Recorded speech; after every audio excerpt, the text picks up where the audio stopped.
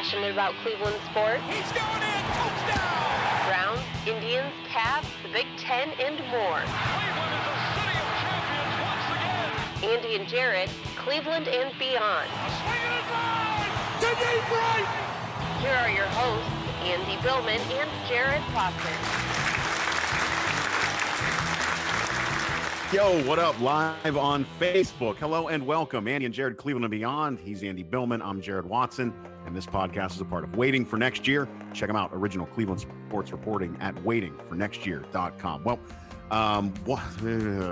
I know you have something written down in this rundown, Andy, for me to read as we start this thing.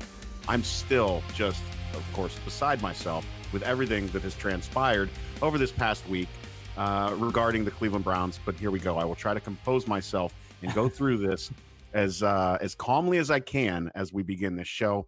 The Browns off to a normal work week of chaos and distraction with their coach wearing a T-shirt that I personally approve of. We'll get into that. Of course, players not making the trip and playing against a quarterback named Duck, third stringer, who absolutely whacks their asses out on the field, especially that secondary. Here we go. I can't already. So yeah, Duck. And we're the goose, apparently.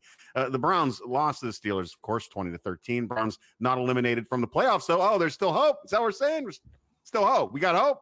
You got hope? Who's got hope? We got hope, huh? We don't have hope. Get the hell out of here. But technically, by analytics, we have I don't hope. even care. We will discuss the T-shirt gate. Odell Beckham Jr. Oh, this is great, too. This is wonderful what's going on here. Comments about him playing in Cleveland next year. Baker's hand. Oh, that was... And the march to the final 4 games as the Bengals come to town. I wouldn't be surprised if they lost that game. Full disclosure, putting it out there right now. Don't even care. Buckeyes, of course, are the only place where I find peace in this world. They took care of business against the Wolverines, as I knew they would. It's the one thing I have predicted correctly throughout the season. Now they're getting ready for the Badgers, which, to be honest with you, I feel like that might be a little bit of a trap game. We'll see what happens. That's going to happen as of recording tonight and going live here. That game's tonight, that Big Ten championship game. I'm sure one of us have some thoughts on Jim Harbaugh. I think I've got some thoughts on Jim Harbaugh. The Cavs. Here we go. And you think you can find some solace in watching the Cavs? No, of course not. Article in The Athletic says everyone hates John Beilein. That's great. Can't wait to talk about that. We will discuss. And of course, let's put the cherry on the top. Will Lindor be in Cleveland next season? Rumors are already flying. He's probably going to be gone. Great. Let's go. Come on, Andy, start. Cleveland Browns. Hope everybody had a great Thanksgiving. Hope everybody got extra stuffing and extra mashed potatoes. Because it all died suddenly on Heinz Field. Yeah. Look, hopes and dreams died on just an awful loss. And what's ironic is the Browns even had a 10-point lead in this game, Jared, which is amazing. It doesn't even feel like they did. The tougher team and the smarter team won this game. The Pittsburgh Steelers are a better, tougher, smarter team than the Cleveland Browns and improved in this game. They gutted the win out. They did what they had to do to win that game. They made the plays they needed to play.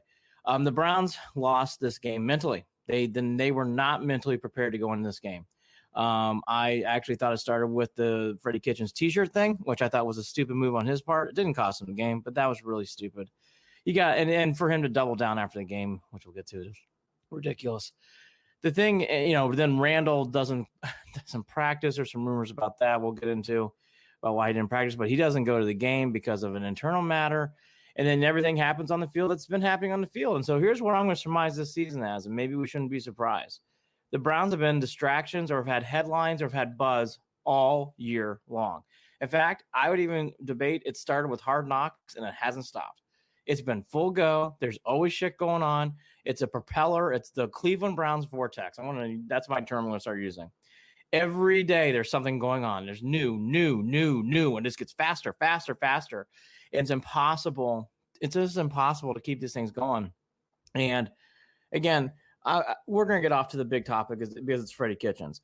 I don't think the T-shirt thing cost him the game, but wearing a T-shirt right before a big game like that, when he was alluding to on Monday, hey, we want to put that game in the past. We really want to start focusing on the future. And you wear the T-shirt's great. That's fine. People like Jared, myself, and others can wear it. But you're on the fucking Browns. You don't need to be fucking wearing that T-shirt like that. And you're actually, it is. And if they'd have won, it wouldn't have been an issue. No, but If they'd Jared, have went in there and kicked ass, it would have never. well, guess what? They didn't. They lost. I understand that. No, But what Jared, I'm they saying lost is though. you can't But Jared, dictate they whether lost you can that wear a game, t-shirt. and that T-shirt sums up this whole fucking season. The T-shirt. It does. Well, he wore it You for don't his think that daughter, for T-shirt crying was a out cool loud. thing? You don't think the Pittsburgh Steelers players were coming in with their own T-shirts? I don't think that's because the they're pissed problem. off about what Freddie's doing. I don't think that's the problem with the team. No, I don't think the T-shirt is a problem with the team. You don't? No. Oh, Jared, you don't think that T-shirt represented what this was going on? Like the T-shirt itself is great.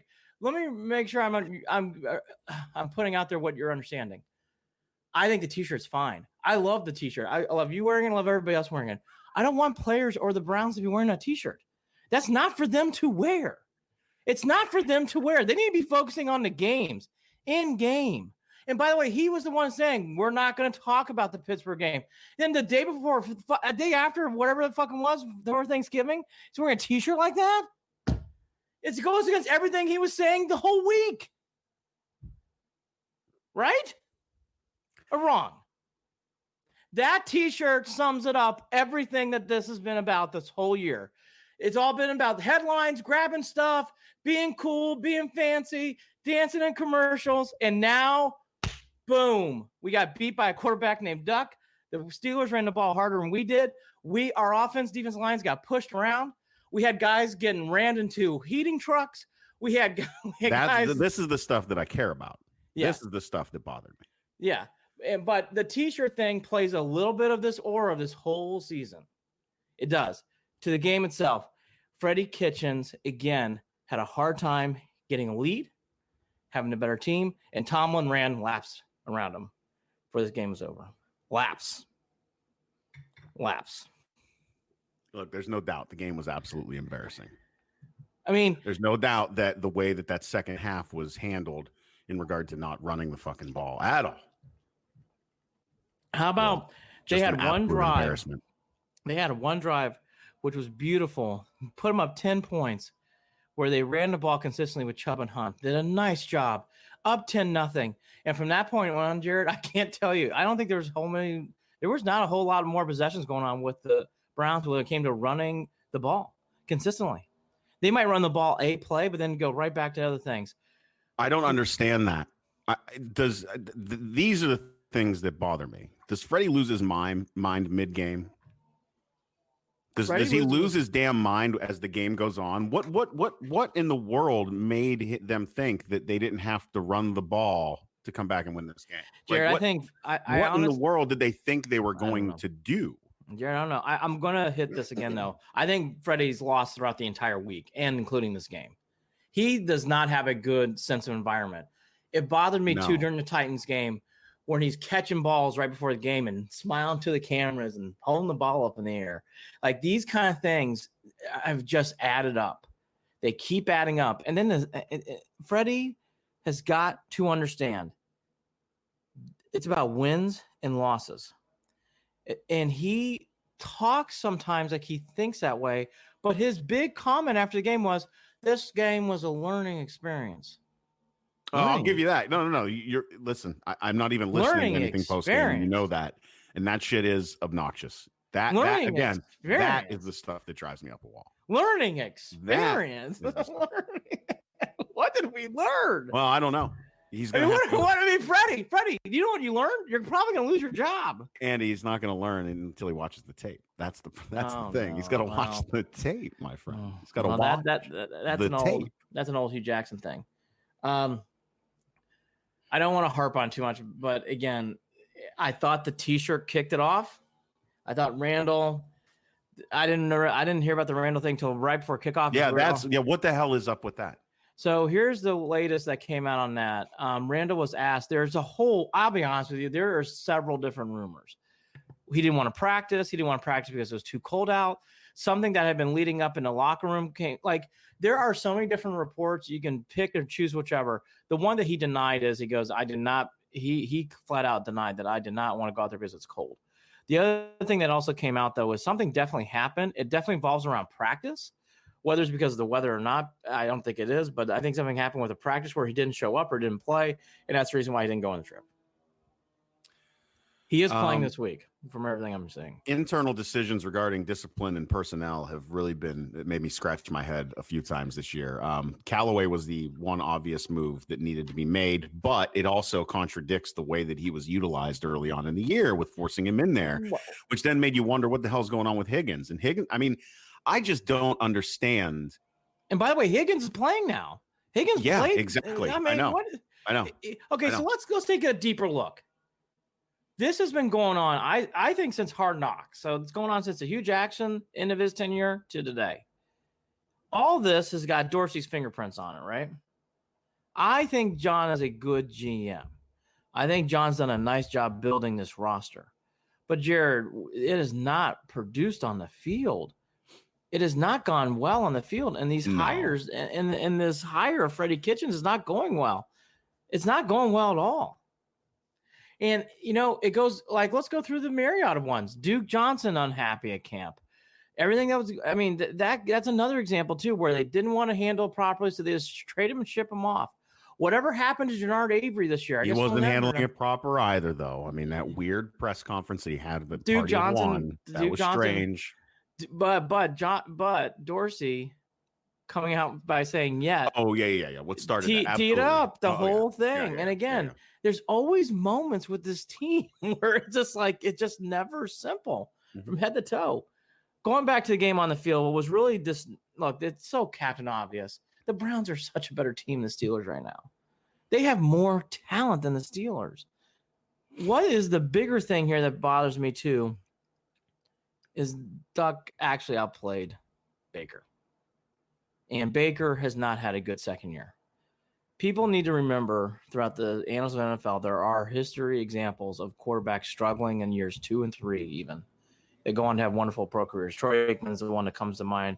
He had a rotten second year in the NFL, and he obviously came back to do what he did. So you can have a bad second year, whatever else.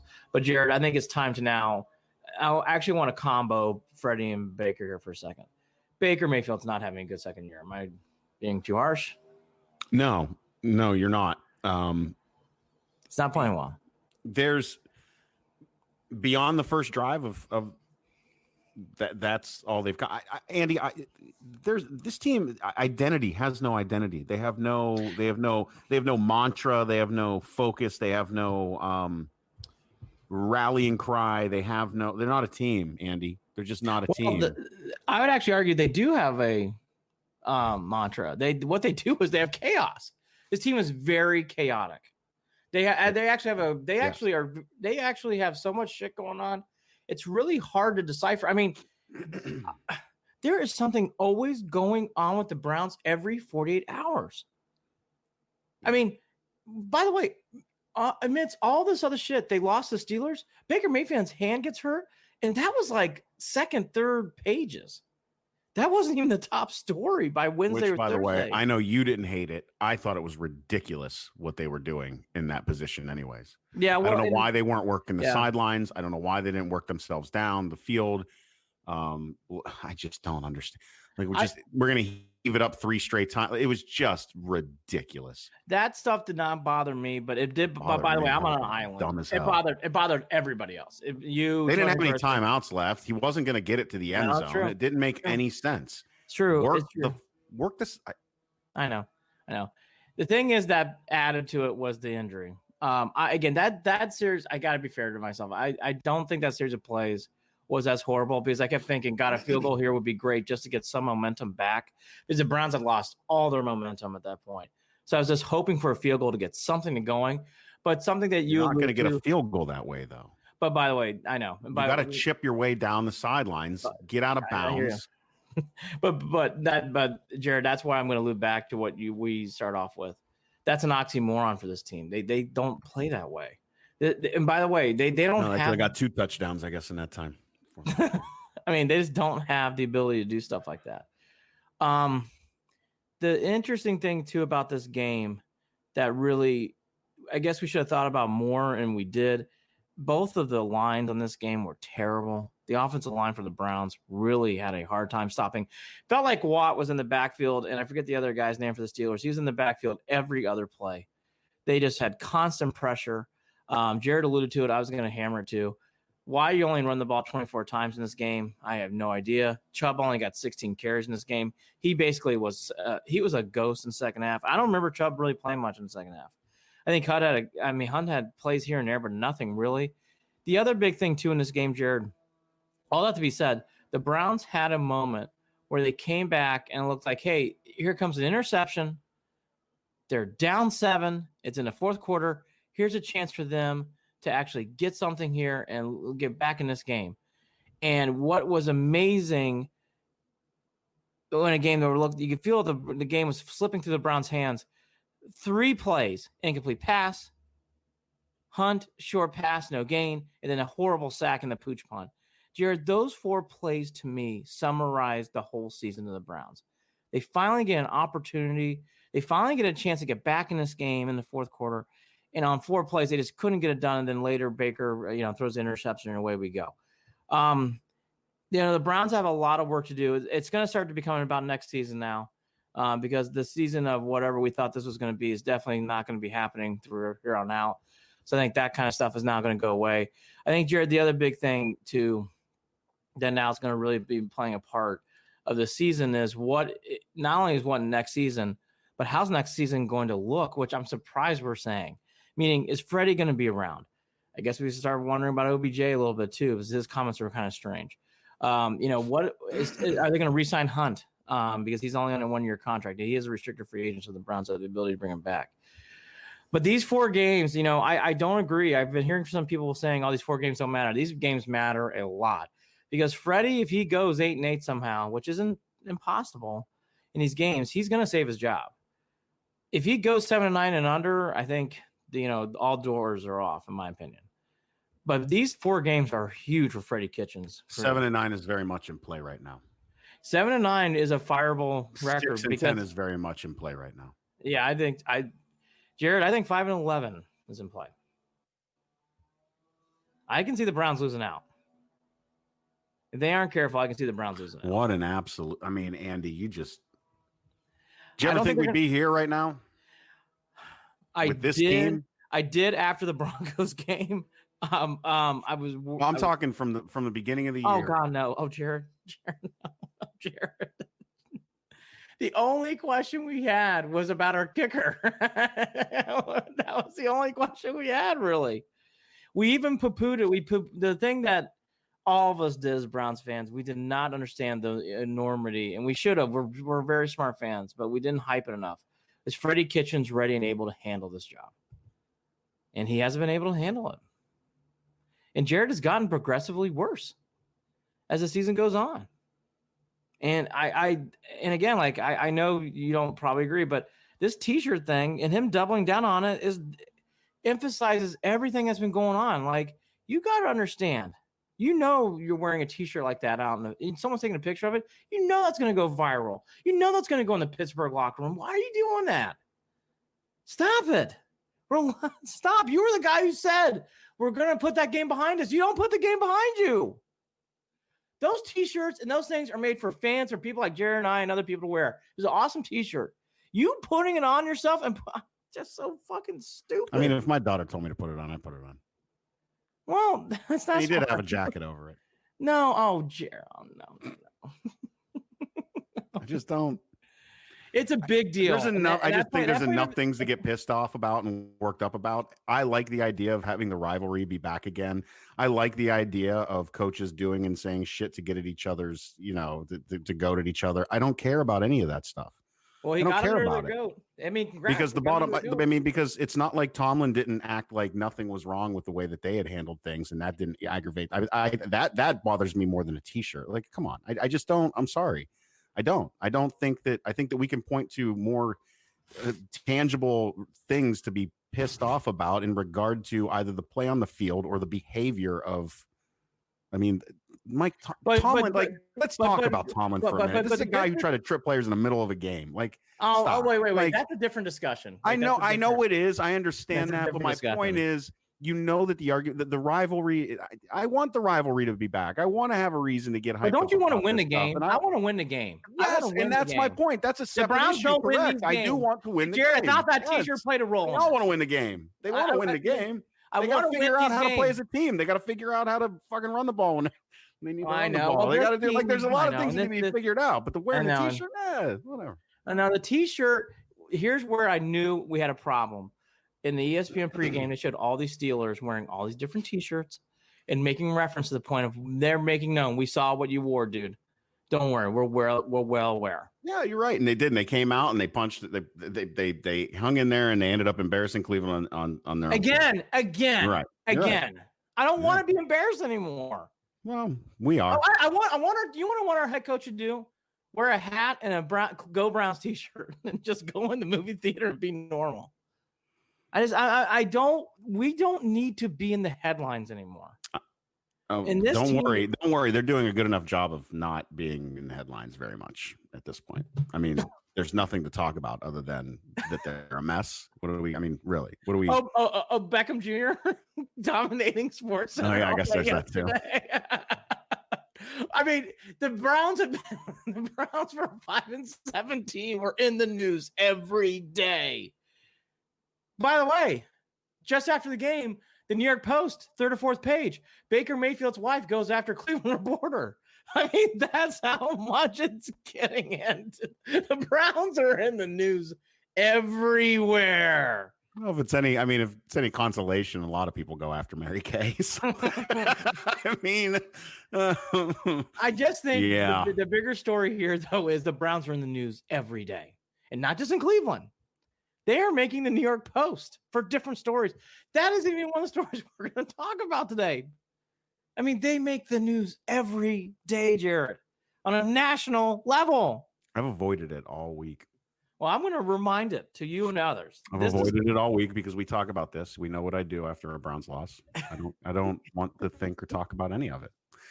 And this one really has rolled all the way over to this week for me. Oh, Andy, there are times where throughout Brown seasons over the past years where I just shut down. Yeah, and it makes it very difficult to even do a show because I don't even like to waste my breath or my energy on this mess right now is really what it comes down to. This has been the ultimate in letdowns and disappointment in my mind. Granted, 0-16 is an awful place to be. But you know what? I didn't watch any of 0-16. I didn't put those games on. I didn't watch any more. I didn't watch any more than 5 minutes of any given game. And I don't mean like clock. I mean 5 minutes of my time was dedicated to watching the Browns. That's how I handled that. And now we're in a place where I'm like, you know what? I'm going to invest my time back in this team. Because I feel like we're going to have a turnaround. Because at my heart of hearts, I love the Cleveland Browns. This is painful to me. This is depressing. It's hard. It's hard. It is just an absolute kick in the nuts. Once again, that it you know how every time it feels a little different. Like this is the same thing. It's the same thing as it ever was, but this one feels a little different once again from all the others.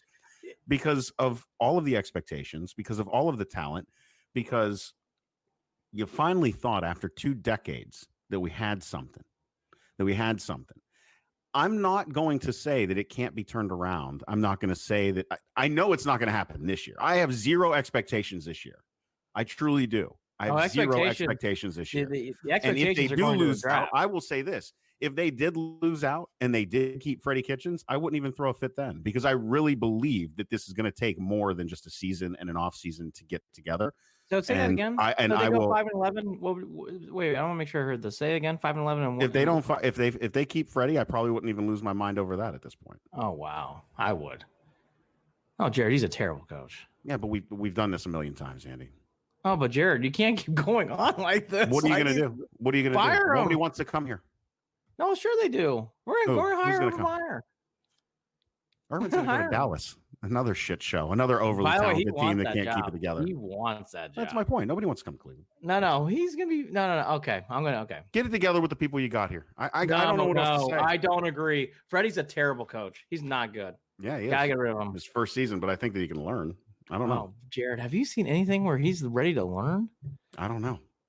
What? I don't think the season has slowed down enough yet for him to be able to do that. I really feel like it's Jared, something an off season. Anything slowed down for him, Jared. I gotta be honest. It's going to take an off season. Huh? It's going to take an off season. Look, Jared, I think this team is in big trouble if they keep Freddie Kitchens. Have you seen? I mean, we did. Bear with me on this. Bear with me on this. I'm ready. What did Belichick do his first year with the Browns? And oh no! Why do you hate We're not that? comparing Freddie Why Kitchens. not? Why not? He's not. He is. I cannot do this. Why can't you have the conversation?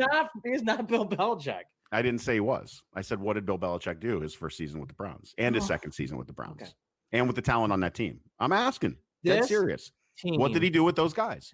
This team. Shit season. They won 6 games his first year. Bill Belichick.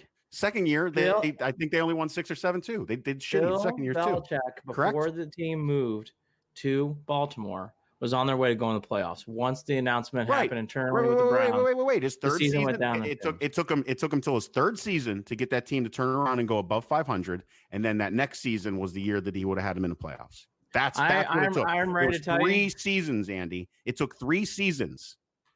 Jerry, I'm ready to tell you he's not Bill Belichick. 3 seasons. That's not what I'm saying. All I'm saying, I'm not saying he's Bill Belichick. Okay. But it took him 3 seasons to get that team to go from below 500. I think Freddie could have 5 seasons. I think Freddie could have 5 seasons. I don't think it matters. I really don't. I don't know. All I'm saying is I can't make that call right now. I can. I can't make that call. Okay, well, I can. He's not good. I mean, these games are going to continue. In my opinion, I'm just giving you what I think. I think this is going to, as I said in the last podcast, if they lose, this is going to unravel. And I think it's going to unravel. I'm not going to get off that. Unlike and I love Jared Watson. I just cannot disagree more. I think he needs to go. I really, really do. Like, I can't, man. He has not done anything to me this year where it's like, okay, I see some levels of where he has helped improve the team in certain areas, whether it's X, Y, and Z. Nope. I haven't seen anything yet where it's like, wow, like here's something here where, okay, I could see him enlightening team. Jared, he has brought more chaos to this team than some of the other things that they can even handle internally anyways. Yeah. He hasn't diffused the situation. He doesn't make in-game adjustments. He is really good at structuring drives right out of the gate. The Browns actually usually on the first drives of games usually do pretty well. Yeah. Outside of that, as the game goes on, he has a hard time managing things. And it goes back to the Dolphins game too. What was that guy doing late in the game when they were up 13? Throwing a ball across the middle and getting picked off. It got taken back because of a penalty. He doesn't learn from his mistakes. He keeps saying learning experience. It's like, you haven't learned. You have a wonderful running game here. You were okay, it wasn't great, but you were running the ball pretty decently against the Steelers. And as the game went on in that one drive where you scored to get up 10 points, it was Chubb and Hunt, Chubb, Hunt. It was beautiful. Why didn't you go back to that? What are you Andy, learning? I agree. I know that. What is he learning in these games, Jared? I don't get it. And I don't think and I'll tell you, he has an enormity of vortex buzz around this team already. Baker Mayfield, Beckham Jr., love these guys, but they create a lot of buzz. They create a lot of stir. And Freddie's not doing a good job handling that either. I said T-shirt before the game. He's got to start learning. Calm this down. Get back into the game. Listen to what you're saying in your own press conference. I don't think that you can do any of that I don't think he's going to be able to do that until he has time to pull himself out of the situation in the offseason and look back and reflect on everything that went down. I really, that's just how I feel it goes. I think that's a very hopeful. There's too much. It's not even, look, I'm just saying if that's what's going to happen, that's the only way it's going to happen. I'm just saying the expectation of him doing it as the season goes on, maybe that's just not feasible. That's not a sign of a good coach. Well, when he's looking into prepping for each week and the hours that they're putting in and the way he might have tunnel vision with the way that's going right now. He might need the end of the season to be able to look back. It might be going faster for him than he ever expected. Yeah, by the way, that I agree with. That I agree with. And here's the other thing. Freddie Kitchens is a person. I love Freddie Kitchens. Yeah. I would by the way, Jared, Freddie and I would all wear the same T-shirt and have a great laugh for the game if we weren't playing and being in the organization for the Browns. I know. But being a part of that organization, you have to dress the part too. It's a part of the job. To me, Jared, it's one of those things where it's like Jay Gruden, the week before he gets fired, is caught smoking, smoking and drinking outside of a bar. It's kind of the same look going on with Freddie Kitchens right now. It's like it's not a good look. Play the part. And I agree. I hear what Jared's saying. The season has moved fast. It's been on roller skates. But there comes a point where adjustments need to be made, and he is not making adjustments in or off the field. There's constant distractions. Like Demarius, like here's the latest one. Out of all this shit that's going on, why all of a sudden on Sunday? And by the way, I'm happy. Why all of a sudden on Sundays Higgins running routes again? What happened there? Now we're just gonna start putting him out there again. And now there's maybe Ratley wasn't available. Yeah. Oh, by the way, all right. Now let's go back to the game. Special teams are slowly getting back to what we were in the past few years. Missed tackles we're crazy. Slowly going back to the same old shit where it's like missed tackles. Oh God, that guy Thomas in the end zone makes a bad play. I mean, it's slowly going back. Jamie Gillum coming flying over the top, almost ruining the downing the ball. Slowly going back to the unspecial teams. Outside of a good punter and a kicker who actually in big spots makes big kicks, the Browns have really started slowly going back to what they were before in special teams, and they're going back there again quickly. Again, to what Jared alluded to with Tomlin.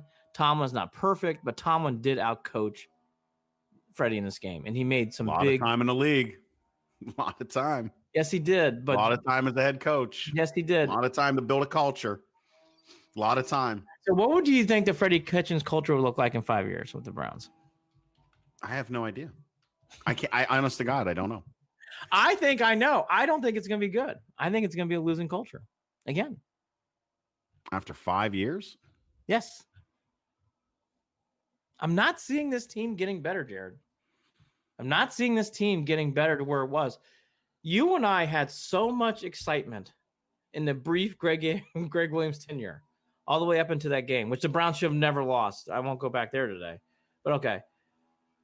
In that last 8 games, we had so much excitement, so much hope, and that has not even come close to this year. And that, to what you said to a few minutes ago, that is jarring and shocking. Shocking.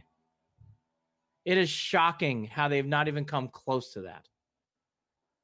It's actually to the point where it's like, is Greg Williams really that much better at this than Freddie Kitchens midway through? Because that was a mid-shift change too. I don't know. I think maybe part of where I'm coming from, Andy, on all of this is that we've done everything, right? The team, the organization, they've done everything. They've gone from analytics to bringing in guys that are well known in the league to,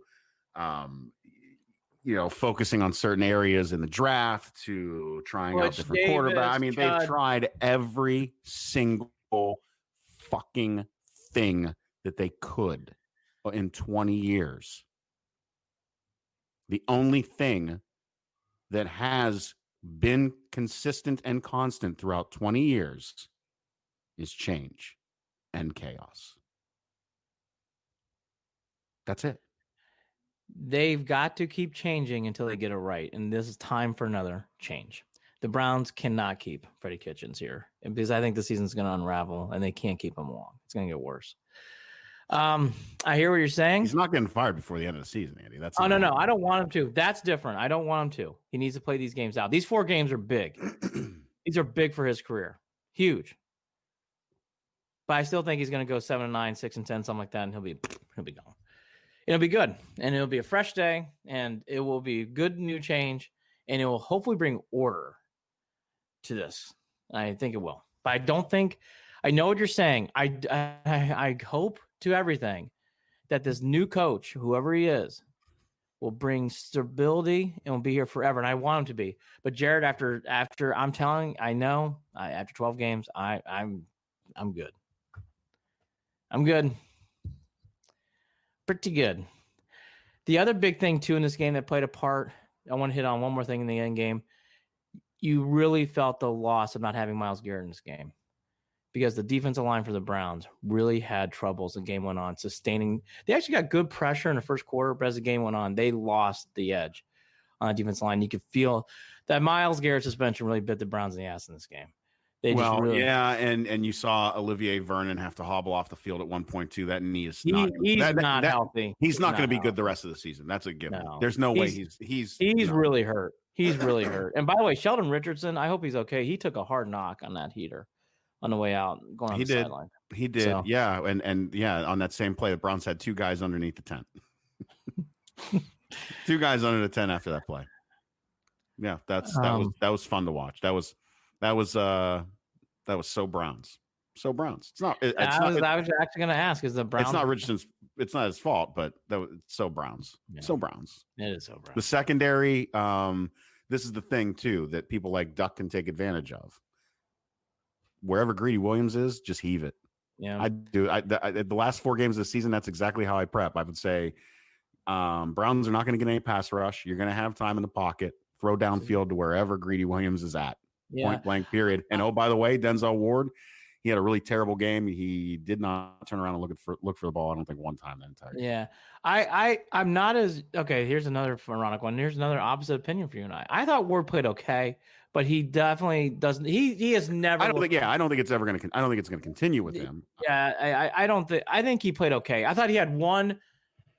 Duck had a magical couple quarters, and happens. He threw the ball right where it should have gone, and he does need to turn around more, but that's not who he is. I don't think it's going to change. But yeah, Ward had a couple bad moments. And you know what? And Duck had moments where the Browns didn't take advantage of that interception. And again, those 4 plays. It's been the Browns' offense this entire season that has been the biggest disappointment. I want to go through those 4 plays again. Incomplete pass, hunt short pass, no gain, bad sack, pooch punt. Browns had the ball inside the 35. Could not do anything. And that's the biggest difference here, to where I think, to your point about why I think we need to get someone in here, Jared, who can structure out Baker Mayfield and help him out. Because I think Baker's going to be a good quarterback in this league. He showed things last year. You just don't forget how to do that. He is going to be a good quarterback, but he needs help. So I will say this to your one thing. If you want to keep Freddie, fine. But he's got to get some help in there to get this young man right, because he's a good quarterback and he's not playing like a good quarterback.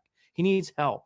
Any credence to the rumors that it's Monken that's has more input on that first drive than other drives? I don't know. I'm gonna be honest with you. I don't know, and I'm not saying that as negative or positive. I don't know. The Browns have gone back to these old ways where they say one thing. We love Chris Smith. We cut him on Tuesday.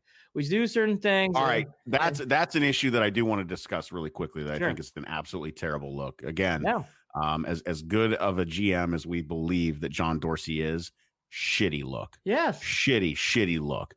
What exactly are you? Did you need to clear a roster spot for? Because that's what they ended up doing. They elevated somebody, I believe, to I don't even remember what it's an offensive lineman or defensive lineman, something or other. I kind of overlooked it, but was it? I just didn't think. I thought to myself, really that important? And that's the guy you're going to go with. That's the guy you're going to get rid of. That's what you're going to do.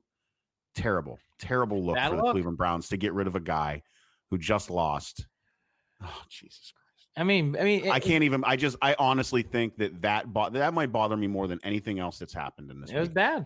Is what happened. Is what they did. So here's what happened after the Steelers lost. Mayfield's wife gets upset about Mary Kay Cabot.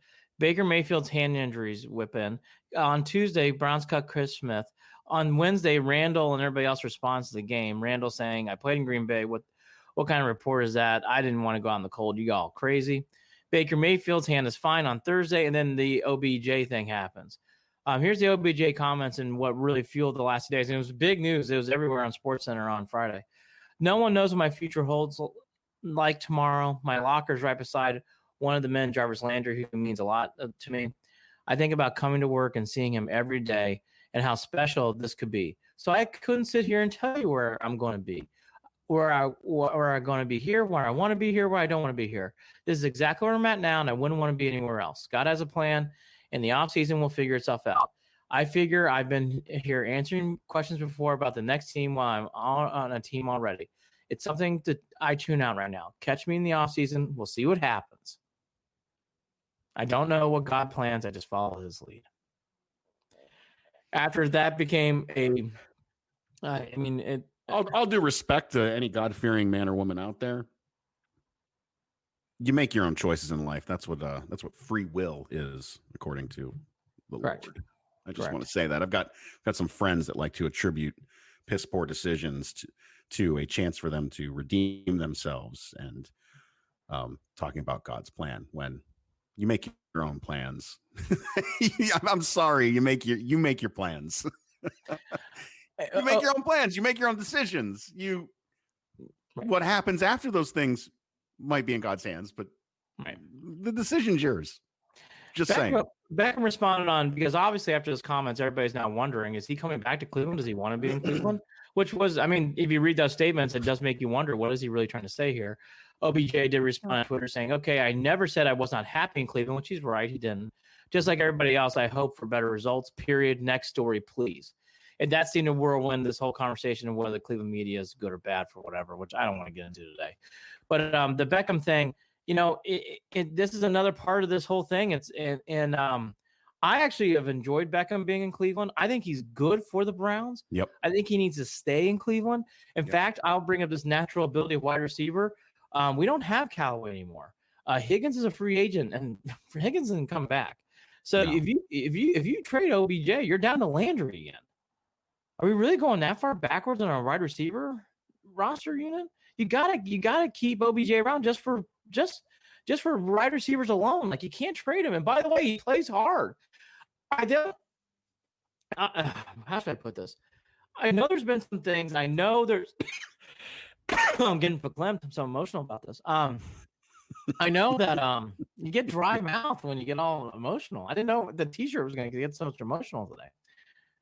The big thing about Beckham, I know that he and Baker are clearly not on the same page, and there's been some arguments brought up recently in the press about how they're not connecting on routes, and even with Landry. So this whole thing about them needing to reconnect in the offseason, that's absolutely true. All that to be said, I do think him coming back to Cleveland's a good thing. And by the way, I think it's a bad move for the organization they trade him, because you made moves to bring him in here. You got to keep him at this point. The Browns have got to stop getting rid of things where it comes to problems where it's like, well, just cut a guy or whatever. It's like, no, work through the problems. The Browns need to start working through these problems to get better results. Get OBJ in there and be like, hey, look, we hear the comments. Like, let's talk this out. Like, how do we get things better? And again, Beckham needs to be part of it too, and so does Mayfield. And I'm sure they are, and hopefully they are. But they do need to connect better. I mean, Beckham has not had Beckham hasn't had a good year either. He hasn't done much. Outside of a catch against the Dolphins and a catch against the Jets. That's about it. He's blocked really well. He does make some catches, but he hasn't made a really huge impact on the season, to be honest with you. Am I wrong? That's had 2 games? No, you're not wrong at all. I mean, he makes impacts in the game, but his stats don't really carry it. And Landry's had a good year, yes, but there's to what Landry's had one hell of a year, in my opinion. I do. I agree. I have to agree. There's 3 guys bigger than even the numbers that show it. Just, I mean, for the player that he is, I think he's a leader. I do too. I think Landry, Chubb, and Hunt, even though Hunt hasn't played very many games, they're all having good games on the field. Right, and I think your linebackers, I think Mack and Schobert are your guys on defense that have been your leaders. Yep. Which goes to say why, as much as I love Myles Garrett, I don't know that he was much of a leader. I think that's a good topic. I think it's something we need to talk about for next year. Yeah. Because I think Myles Garrett got a lot to do in the offseason. The Browns have a lot to do in the offseason. Oh, boy.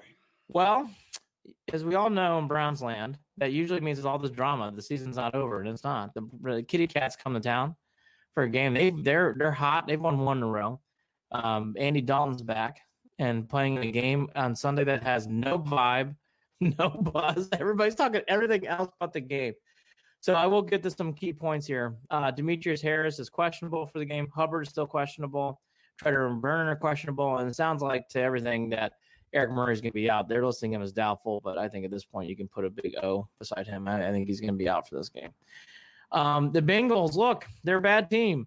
They are 32nd in rushing. The Browns apparently do have a running game. I think they would be wise for them to use. Oh, they do. to use that in this game. I'm going to repeat the stat. The Bengals are 32nd against the run. 32nd. There's 32 teams in the league. So we're gonna be trying to throw the long ball all game. That's Look, that's how you prep for that game. All you have to do. See if you can get Baker. You want to see? Freddie wants to see if you can get that Baker and Odell connection going. That's You what know he where wants I'm to do going in with this game. With a quarterback who is playing but has an injured hand. Mhm, mhm, mhm, mhm, mhm, mhm, mhm, mhm. They should. I mean, let's be real about this, Andy. They should run the ball between Kareem Hunt and Every time. they should run the ball 60, 50 70, 80 times. 50 times. 60 times. They should run the ball 60 times. They should treat it like they should run it's Navy. It's a Navy game. Yes. I mean, honestly, It's a Navy run the game. ball. That's what they should Run do. the Just ball all the run time. the ball, run the ball, run the ball, run the ball, run the ball, run Well, the ball. the That's it. Just Bengals- run the ball, run the ball, run the ball, run the ball, run the ball, run the ball. They're not going to. They're not going to. They're not going to. Too flashy. Air raid offense. Well, Air raid offense. And then you know what they're going to do? You know what they're going to do? They're going to lose 13-10 is that your prediction? at home. Yeah, it's my prediction. 13-10. Okay. Bengals. Even though he is not my head coach, I think the Bengals will have the Browns will find a way to run the ball just enough to win 20-10. I think that will be the score. Browns ain't putting up 20. Get the hell out of here. Not happening. Yeah, they'll score 20. I think this is the fail-safe game. If the Browns lose this game, you can sayonara the rest of the season. I do think Jared Watson is very accurate in one thing. This game, for a game that shouldn't be, is dicey. This is a very dicey game. Can I see the Browns losing this game? Oh, yeah. This has loss written all over it. But I think this will be Freddie's chance to get one win in his pocket. I don't know if he's going to win much more after that. But I will say this: no matter how many games they win, even if it's all four, which it won't be. Let's say it's 3-1 because they're not going to beat the Ravens. No. Not going to happen. Even if they did, though, every game is going to be ugly as shit. Yeah, I agree. This is not. There's not going to be a turning point or a turning around this season. It's not happening. No. Every game from here on out is going to be ugly as shit. Right. So to recap, we both think this game's gonna be a struggle, but you're okay if Freddie comes back. I wouldn't lose my mind, is what I'm saying. Okay. I would lose my mind. My mind's. I mean, I'm numb to it, Andy. I'm numb. I can tell. Maybe he comes back and surprises the shit out of everyone. That's all I'm saying. All right. To make Browns fans feel better, the Cowboys are just as much of a shit show as the Browns right now, and they went 6-7, and the wheels are really coming off there. I want to give some positive stories to make the Browns fans feel help out there. We're gonna, you know what they say, like, let's look at someone else's shitty story to feel better about our own. The Giants with Pat Shurmur, Benito, is going on a Monday night game into Philadelphia. They're, the bigger story in these NFL games, not to be too negative, but because this is negatives, we can't stand this team. They're the worst. But the Ravens have become the story of the NFL. Mm-hmm. And Lamar Jackson's really become the positive MVP darling of this year. Couldn't have been further from being correct on him.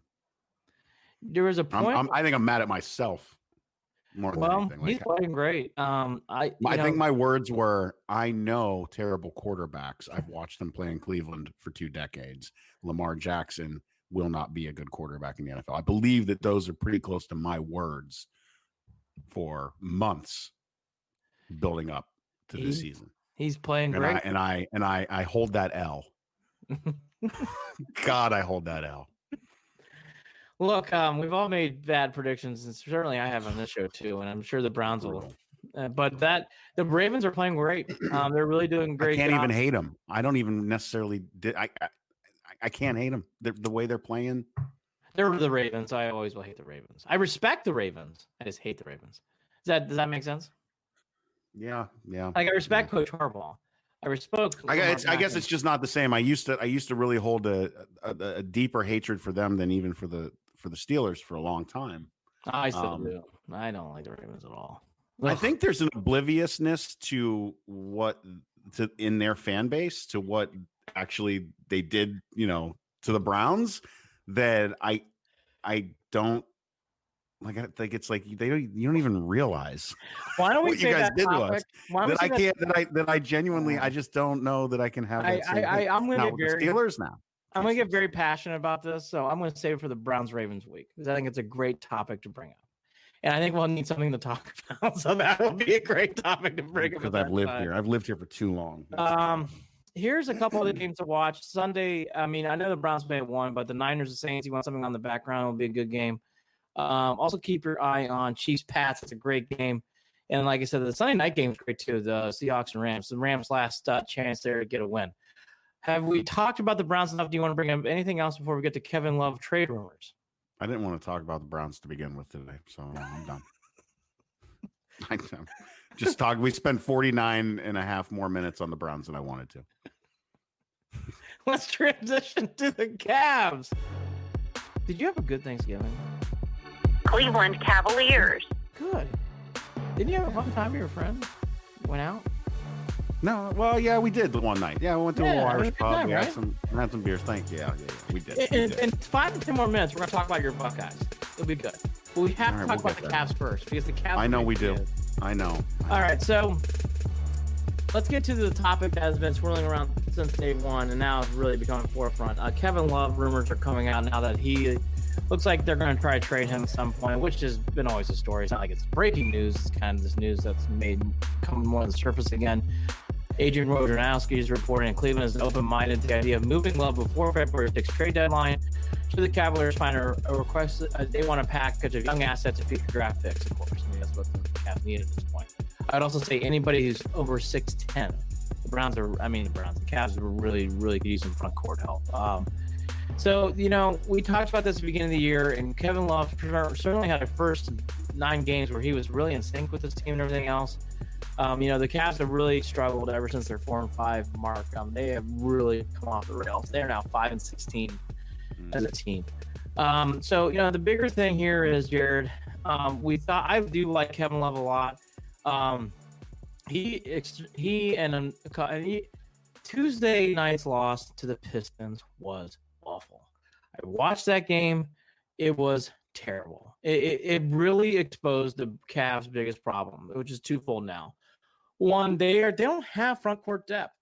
They just don't. They don't have guys who can go up against Drummond and against I can't remember his name at the top of my head. The guy, the kid who played for Oklahoma, he used to play for the Clippers. But anyways, they'll come to me for the. But anyways, their 2 guys tore up the Cavs, and they really gave the Cavs problems. And then what subsequently started happening is the Cavs started covering and running around, and their defense got so loose that the Pistons just started going the ball inside, passing the ball around, and guys were just draining threes around. It was like a 3-point contest.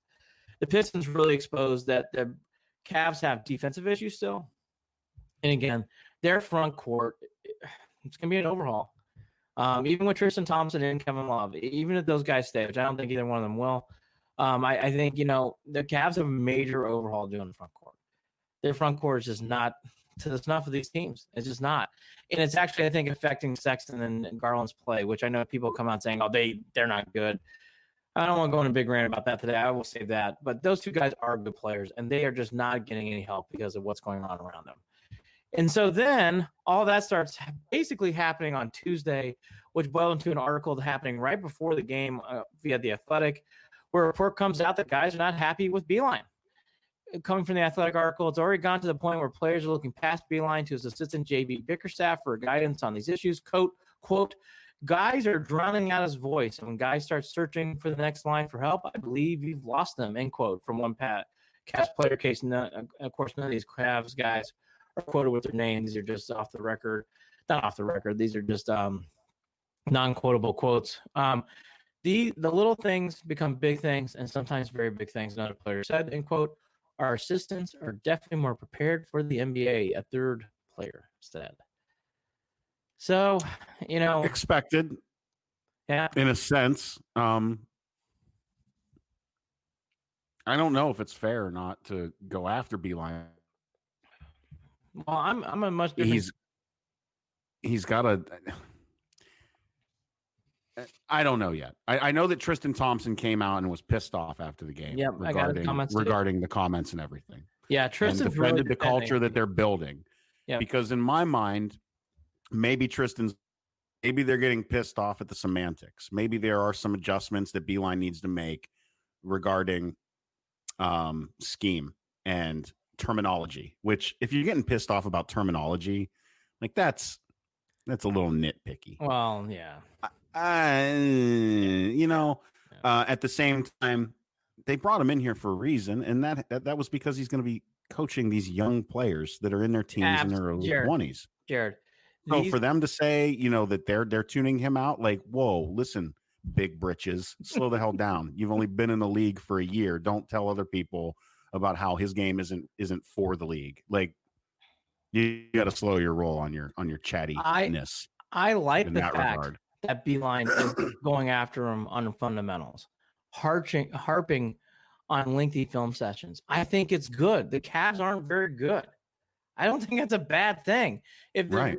So they can cry about it. It's almost like when you're a parent and my son's like, I don't want to do my homework. I don't want to study for your test. Well, because they're looking at the rest of the league when they see all that. They want more of the flash. They want to do, they're looking at the record.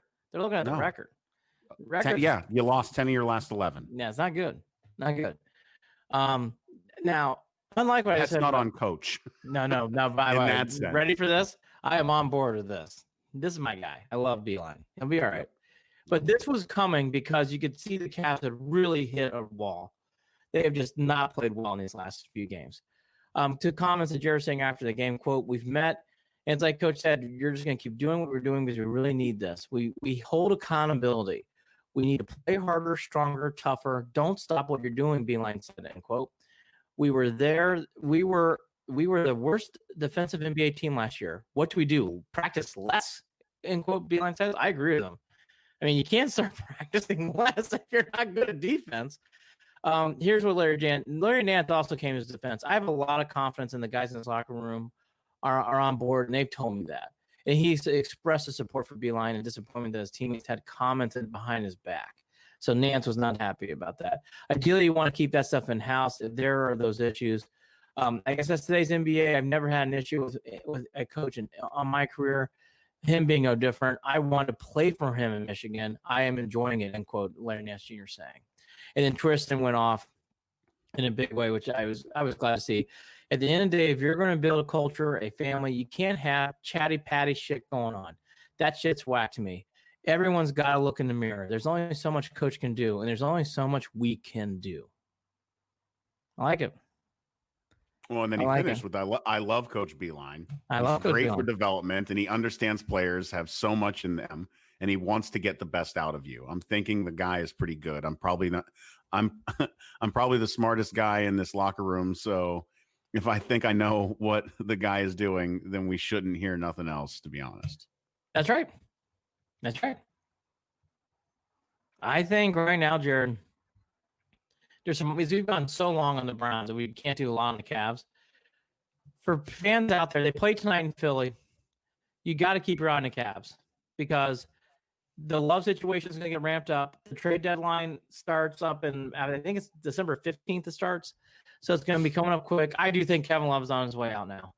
I think that's apparent. I don't know about Thompson, but I think Love is on his way out. We'll have to see if they'll ship both off. And again, I will warn, that makes sense to me because the Cavs are in a position where they need to start trading back to get better. And I know they're in a rehaul. We all know that. They're in a rehaul. So I'm not saying it's not crazy. I get it. I do. But I will also say, I think when you lose a Love and you lose Tristan Thompson, the team could get worse. Yeah. And we talked about it before we started this, is that this might be a longer rebuild than we expected. Yeah. But here's the thing. We've seen a short window too, Jared, and I love that short window of hope at the beginning of the year.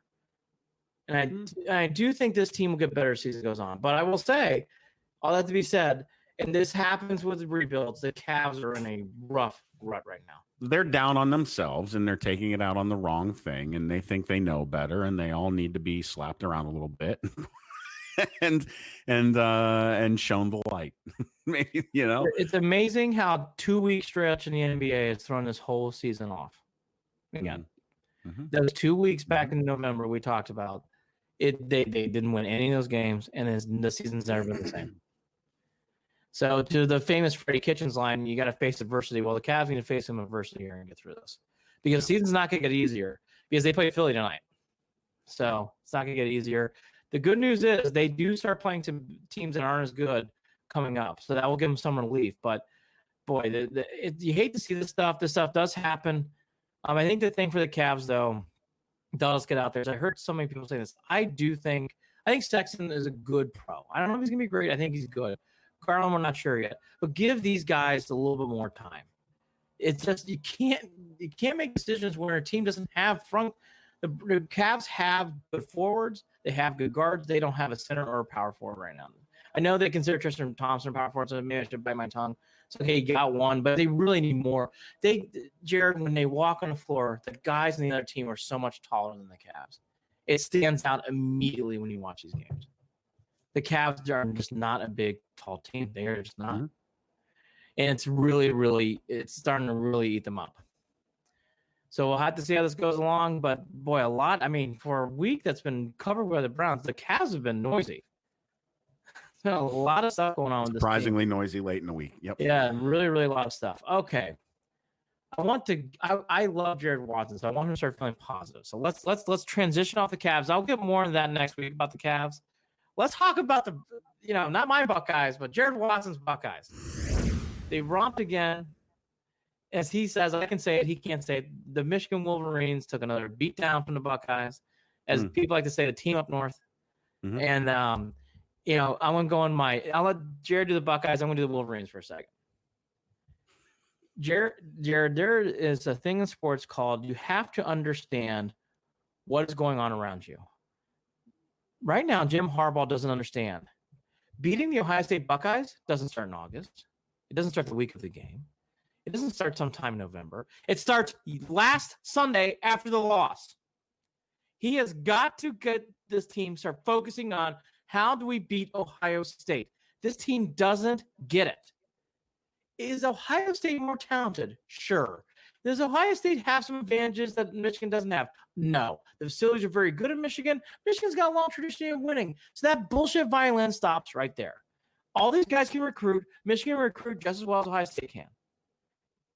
It comes down sometimes to wins and losses. And I'm telling you, someone who observes sports, if you want to go into, hey, Ohio State's got a talent advantage over Rutgers and Maryland, I will open up my ears and listen to this discussion. Michigan, I'm shutting down my laptop.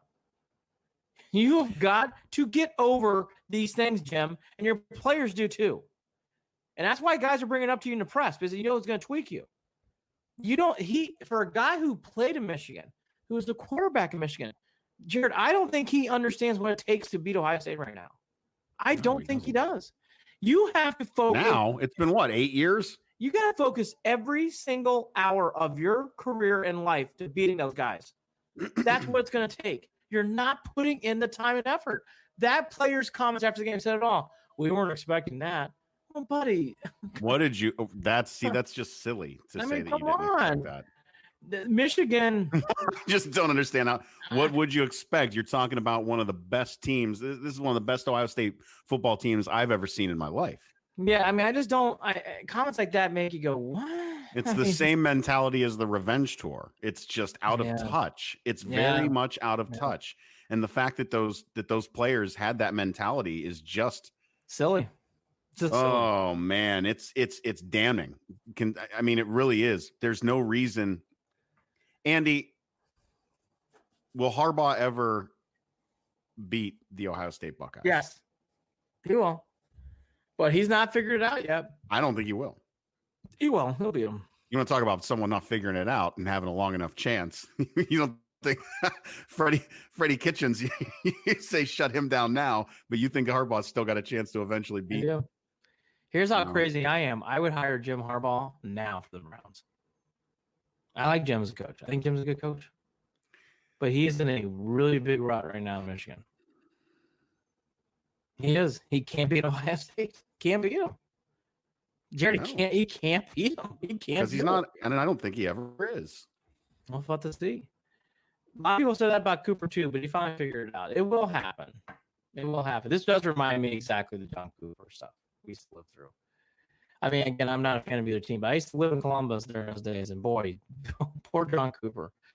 Go out there every year and just get, as I like to say, his ass is waxed by the Wolverines. And right now, I'll be honest with you, in that game too, what's frustrating if you're a Michigan fan, Michigan had plays that were bad that contributed to the loss, meaning it wasn't just you saw Ohio State flex their muscles.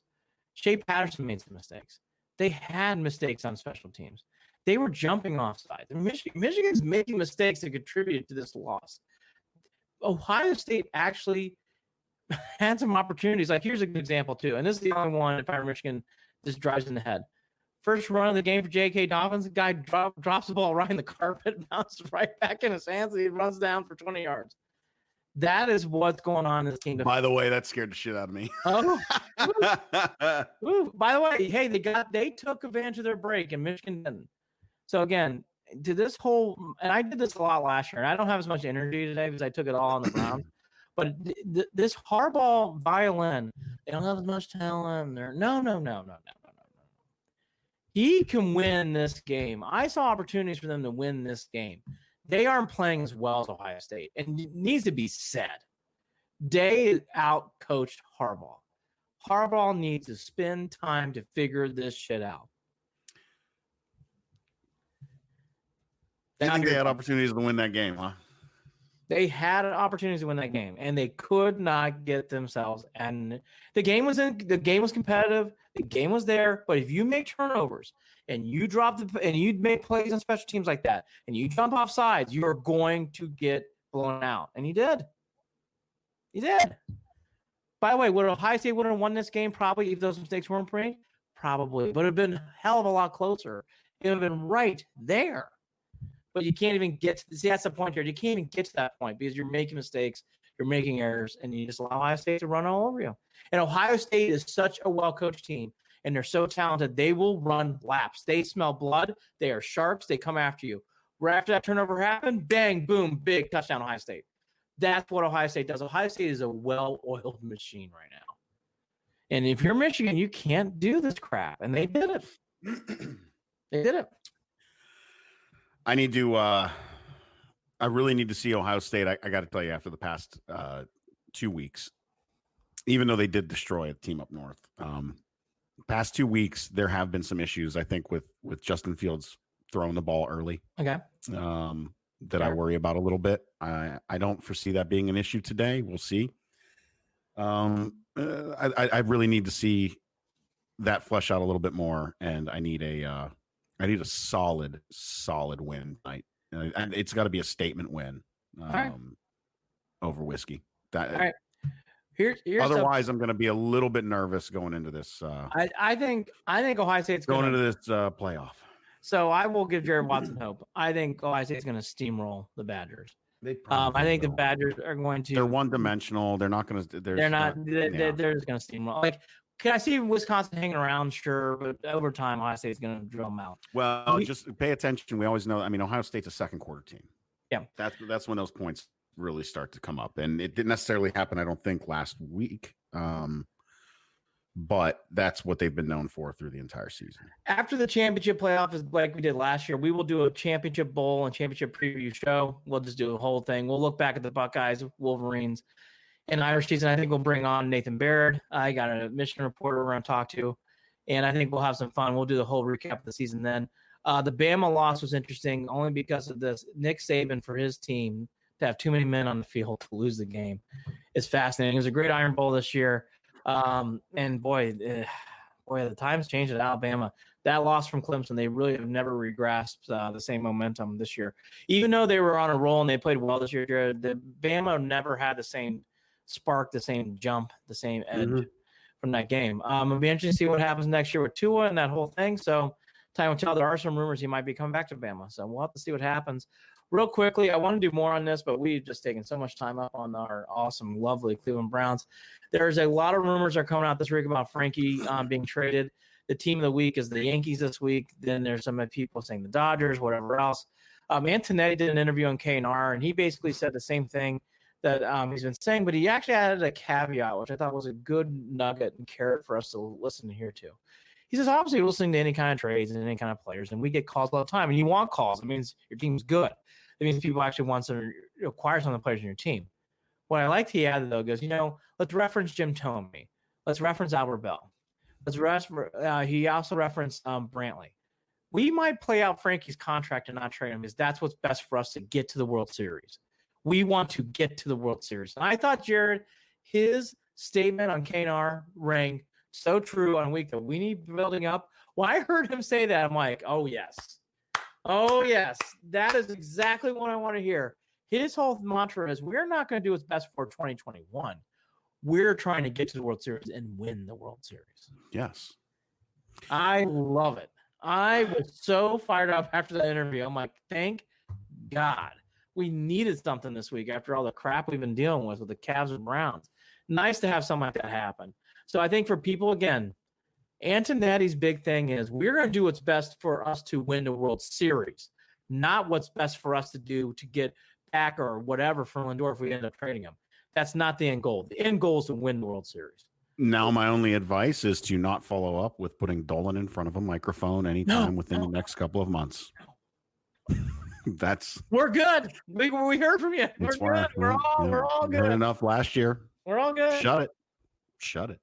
Don't Stay talk where you are. at all. Do you miss Trevor Bauer? Today's show has been brought to you.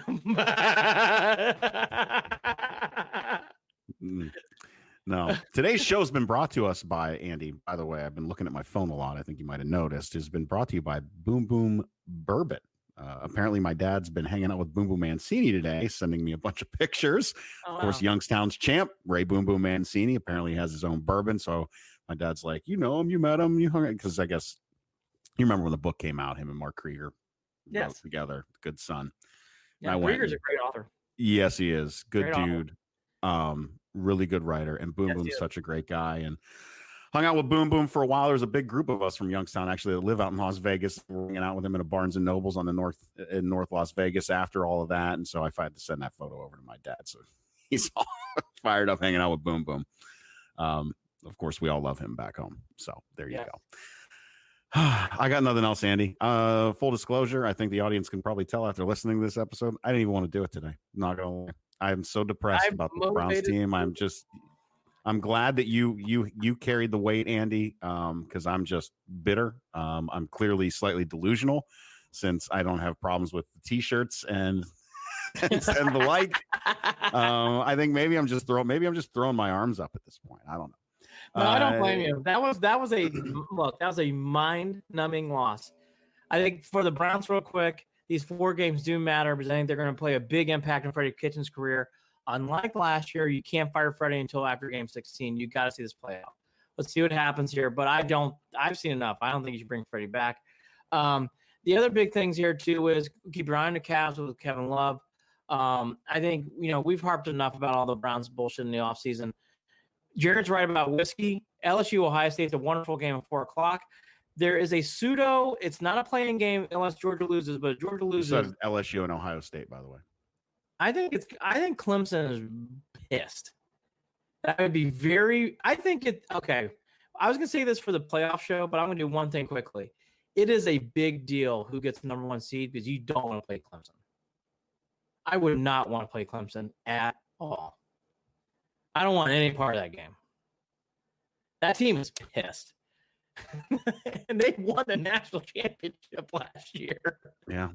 That is not a happy team. I just think that's my one hint of warning to LSU and Ohio State fans. You do not want to play Clemson. You want no part of that team.